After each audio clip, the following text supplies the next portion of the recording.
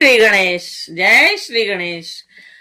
श्री शिव और जलंधर का युद्ध। जलंधर द्वारा गांधवी माया से शिव को मोहित कर शीघ्र ही पार्वती के पास पहुंचाना और उसके माया को जानकर पार्वती का अदृश्य हो जाना और भगवान विष्णु को जलंधर पत्नी वृंदा के पास जाने के लिए कहना।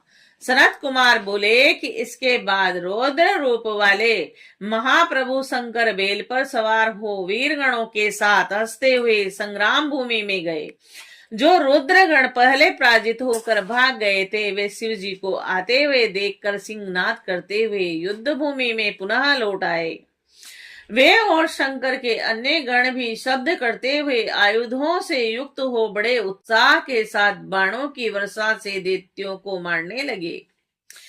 उस समय सभी दैत्य भयंकर रुद्र को देखकर इस प्रकार भागने लगे कि जिस प्रकार शिव भक्त को देखकर उनके भय से पाप भाग जाते हैं, तदंतर युद्ध में असुरों को पड़ास मुख देखकर वह जलंधर हजारों बाणों को छोड़ता हुआ शंकर जी की ओर दौड़ा। शुंभ निशुंभ आदि हजारों दैत्यराज भी क्रोध से होठों को चबाते हुए बड़े वेग से शंकर जी की ओर जाने लगे। वीर कालने में खड़ग रोमा और बलाहक घसमर प्रचंड तथा अन्य दैत्य भी शिव जी की ओर दौड़ पड़े।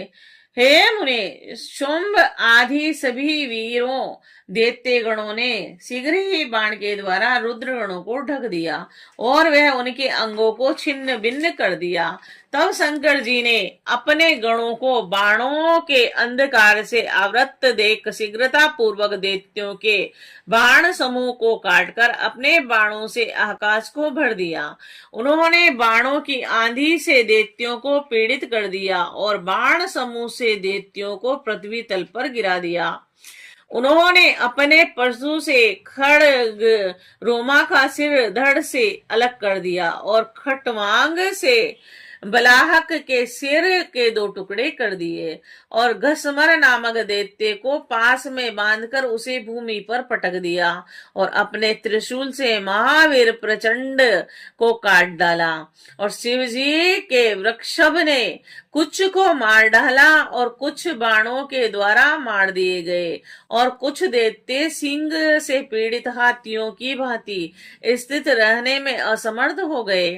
तब क्रोधाविष्ट मन वाला वह वहां दैत्य जलंधर शुंभ आदि दैत्यों को धिक्कारने लगा और धैर्य युक्त होकर हंसता हुआ कहने लगा। जलंधर बोला, पहले शंकर से बोला, भाग कर पीड़ दिखाते हुए माता के मल के समान इन दैत्यों को मारने से क्या लाभ, क्योंकि भयभीत लोगों को मारना सलाह्य तथा वीरों के लिए स्वर्गप्रद नहीं है होता। यदि युद्ध करने में तुम्हारी श्रद्धा है तो हृदय में थोड़ा भी साहस है, तथा यदि ग्राम्य सुख में थोड़ी भी स्पृहा है नहीं है तो मेरे सामने खड़े रहो। पुनः अपने वीरों से बोलो, युद्ध भूमि में मर जाना अच्छा, यह सभी कामनाओं का फल देने वाला है, यश की प्राप्ति कराने वाला तथा विशेषकर मोक्ष देने वाला भी कहा गया है। जो रणभूमि में युद्ध करते हुए मारा जाता है वह सन्यासी एवं परम ज्ञानी होता है और सूर्य मंडल को भेद कर परम पद को प्राप्त करता है। बुद्धिमानों को कभी भी कहीं भी मृत्यु से भयभीत नहीं होना चाहिए, क्योंकि समस्त उपायों से भी इसे रोका नहीं जा सकता। हे वीरों, यह मृत्यु तो जन्म लेने वालों के शरीर के साथ ही पैदा होती है और वह आज हो अथवा 100 वर्ष बाद, प्राणों की मृत्यु तो निश्चित है। और किस लिए मृत्यु का भय त्याग कर संग्राम में प्रसन्नता पूर्वक युद्ध करो। ऐसा करने से इस लोक तथा परलोक में भी निसंदेह परम आनंद की प्राप्ति होती है। सनत कुमार बोले, हे व्यास, ऐसा कहकर उसने अपने वीरों को अनेक प्रकार से समझाया, किंतु वे भय के कारण धैर्य धारण न कर सके और रण से भागने लगे। तब अपनी सेना को भागती हुई देखकर महाबली सिंधु पुत्र जलंधर को बड़ा क्रोध उत्पन्न हो गया। इसके बाद क्रोध से आविष्ट मन वाला वह जलंधर क्रोध से वज्र की ध्वनि के समान कठोर शब्द करके युद्ध भूमि में रुद्र को ललकारने लगा। जलंधर बोला, हे जटाधर, आज मेरे साथ युद्ध करो, इन्हें मारने से क्या लाभ? यदि तुम्हारे पास कुछ बल है तो उसे दिखाओ। सनत कुमार बोले कि ऐसा कहकर उस महादैत्य जलंधर ने 70 बाणों से अकिलष्ट कर्मा वृषभध्वज शिव जी पर प्रहार किया। महादेव जी ने अपने तक न पहुंचे हुए जलंधर के उन बाणों को अपने तीक्ष्ण बाणों से शीघ्र ही हंसते हंसते काट दिया और 7 बाणों से उस जलंधर दैत्य के घोड़े, पताका का छत्र और धनुष को काट गिराया। हे मुने, शंकर के लिए यह अद्भुत बात नहीं थी। तब कटे हुए धनुष वाला तथा रथ विहीन वह सिंधु पुत्र दैत्य जलंधर गदा लेकर क्रोध के साथ वेगशील होकर शिव जी की ओर दौड़ा। हे पराशर पुत्र, तब महान लीला करने वाले प्रभु महेश्वर ने उसके द्वारा चलाई गई गदा को शीघ्र ही सहसा 2 टुकड़ों में कर दिया। फिर भी वह महादैत्य क्रोध में भरकर अपनी मुष्टि का तान कर उन महादेव को मारने की इच्छा से बड़े वेग से उन पर झपटा। इतने में अकिलिष्ट कर्म करने वाले ईश्वर ने अपने बाण समूह से शीघ्र ही उस जलंधर को 1 कोस पीछे ढकेल दिया।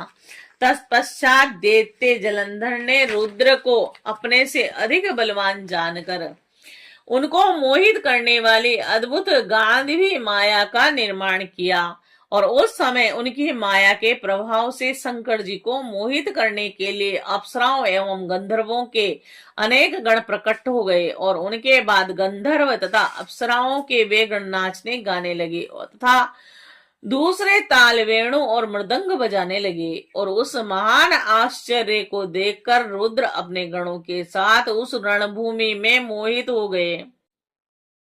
उन्हें अपने हाथ से अस्त्रों के गिरने का भी ध्यान न रहा और इस प्रकार रुद्र को एकाग्रह चित्त देखकर काम के वशीभूत वह दैत्य जलंधर बड़ी शीघ्रता से वहां पहुंचा जहां गौरी विराजमान थी। और हे व्यास, युद्ध भूमि में महाबली शुंभ तथा निशुंभ को नियुक्त कर तथा स्वयं 10 भुजा 5 मुख 3 नेत्र तथा जटा धारण कर महावृक्ष पर आरूढ़ हो वह जलंधर अपनी आसुरी माया के प्रभाव से सर्वथा शंकर के समान सुशोभित होने लगा। शिव प्रिया पार्वती रुद्र को आते हुए देखकर सखियों के मध्य से उनके सामने आकर उपस्थित हो गई। उस दैत्य राज ने जो ही पार्वती को देखा उसी समय संयम रहित हो गया और उसके अंग जड़ हो गए।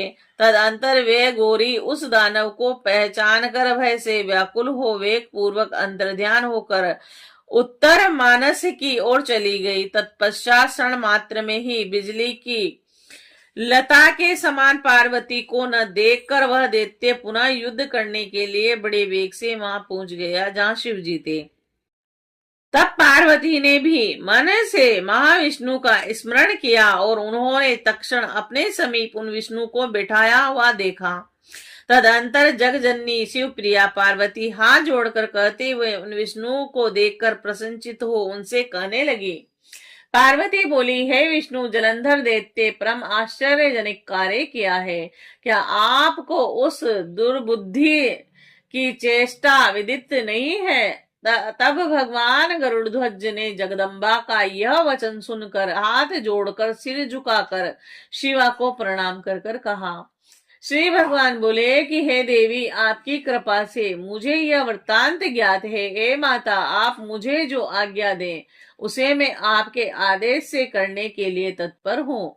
सनत कुमार बोले कि विष्णु के इस वचन को सुनकर जगत माता पार्वती धर्म नीति की शिक्षा देती हुई हृषिकेश से कहने लगी। पार्वती जी बोली है, उस दैत्य ने ही ऐसा मार्ग प्रदर्शित किया है, अब उसी का अनुसरण आप भी कीजिए। मेरी आज्ञा से आप उसकी स्त्री का पतित्य व्रत भंग कीजिए, हे लक्ष्मीपति, उनके बिना यह महादैत्य नहीं मारा जा सकता, क्योंकि पति व्रत धर्म के समान अन्य कोई भी धर्म पृथ्वी पर नहीं है। सनत कुमार बोले कि पार्वती की यह आज्ञा सुनकर विष्णु जी उसे शिरोधार्य कर छल करने के लिए शीघ्र ही पुनः जलंधर की नगरी की ओर चल पड़े।